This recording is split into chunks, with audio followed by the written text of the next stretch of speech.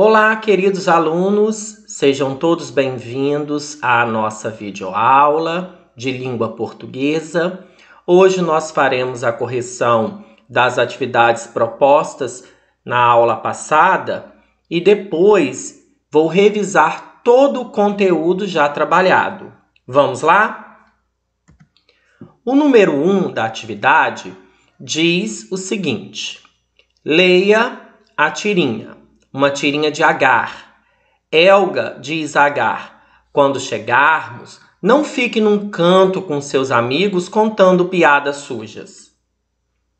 Agar, ao chegar no ambiente, ele diz aos amigos: a Helga quer que a gente fique no meio da sala. Letra A.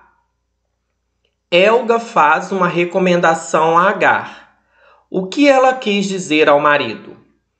Ela quis dizer para ele se enturmar com todos da festa e não ficar apenas com seus amigos.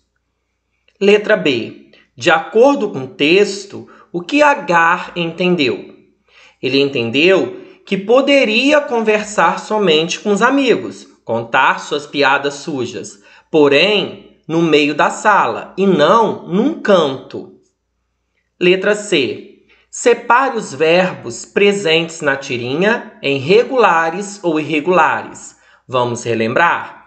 Verbo regular é aquele que não sofre alteração no seu radical.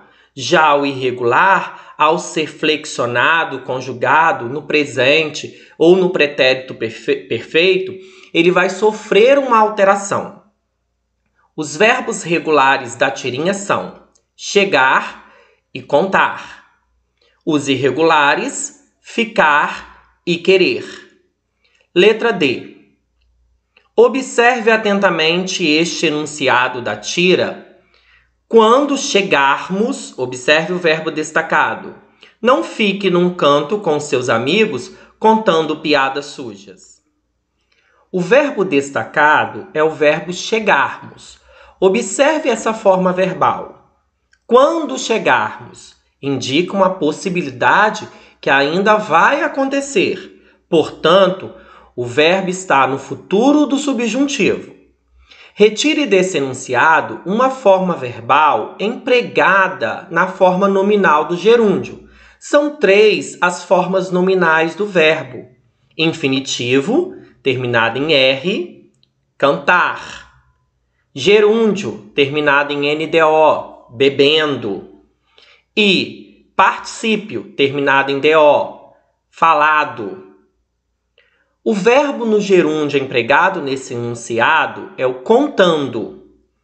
Em que modo verbal está empregado o verbo ficar neste enunciado? Está informando assim: não fique num canto. Então, ela está dando uma ordem. Portanto, trata-se do modo imperativo. E está negando. Então, é um imperativo negativo. 2.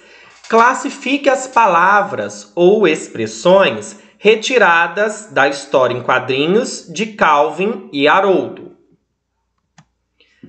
Letra A. Aqui. Aqui é um advérbio de lugar. Agora, advérbio de tempo.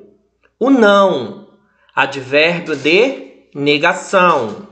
Na sua rua, locução adverbial de lugar. E o mal, no quarto quadrinho, é um advérbio de modo. Retire do segundo quadrinho da tirinha uma locução verbal. O que é uma locução verbal? 2 ou mais verbos que podem corresponder a uma única forma verbal simples. E depois você deve informar a forma nominal empregada no verbo principal. Uma locução verbal é formada por verbo auxiliar mais verbo principal. Vamos lá. A locução verbal é devo aplicar. Devo vai ser o verbo auxiliar. Aplicar, o verbo principal. A forma nominal do verbo principal é o infinitivo, pois ele termina em R. 3. Leia o texto a seguir. A razão número 1 é que a caminhada contribui diretamente para o controle da pressão sanguínea e dos índices de colesterol e glicemia, e reduz com isso os riscos de uma doença cardíaca. Para tal, afirmam os pesquisadores, os andarilhos devem manter-se num ritmo de pelo menos 5 km por hora.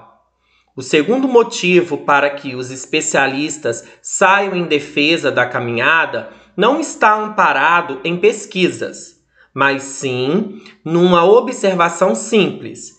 De todas as atividades físicas, essa é a mais fácil de praticar. Não requer técnica nem matrícula numa academia.